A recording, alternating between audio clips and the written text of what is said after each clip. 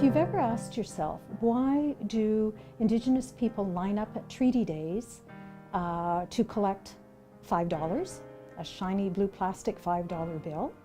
Why is it still $5 after so many years? I'm embarrassed to go get my $5. I let my grandchildren take it. But it's $5. That $5 should have been raised with inflation. Yeah, it should have been. Everything else is, except our $5 treaty money. Access to all the minerals, coal, copper, iron, they wanted access to that. So the headmen said, okay, we want you to pay us annuities and we will allow you access to the land. We will cede the land to you, but we would like a piece of the action. So the annuities that were instituted at the time as part of the treaties were linked to the value of the land. When I first got into Native politics, advocating for the First Nation people, an elderly man named John Allard got in touch with me and brought it up about the $5 treaty money being raised to $5,000 per person. The annuities were not immediately increased as the value of the land increased. There was lots of mining and exploration developing north of the lakes. So the leaders of the Huron and Superior bands challenged Parliament and said, we want our annuities increased.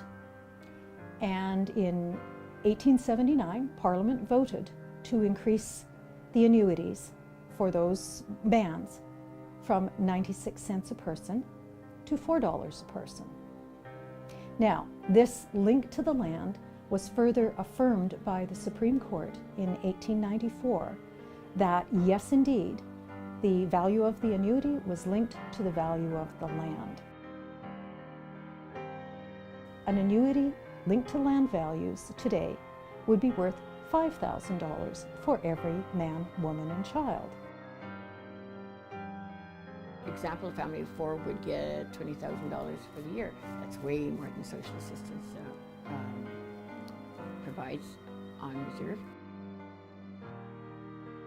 We do not want the money going through our First Nation leaders. We would like it to go through the government as in our child tax benefit and sent to us monthly. Now, one of the conditions of the Treaty Annuity Working Group was also that it must be revenue neutral. With Indigenous Affairs Plus having a budget of roughly $20 billion, and it's growing, there are places that can be adjusted to accommodate potentially $5 billion payout.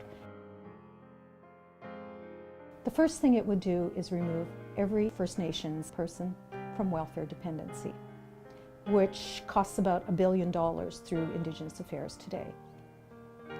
The other thing it would do is lift potentially about 60% of impoverished children in prairie communities out of poverty. Because a lot of times somebody doesn't get where it's going. Way too much power. Way too much power. It's been approved by Parliament before, it's been approved by the Supreme Court.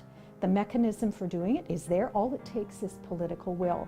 There's no need to amend the Indian Act. There's no need to open up the Constitution. It simply requires the political will to do so, just as Parliament did in 1879.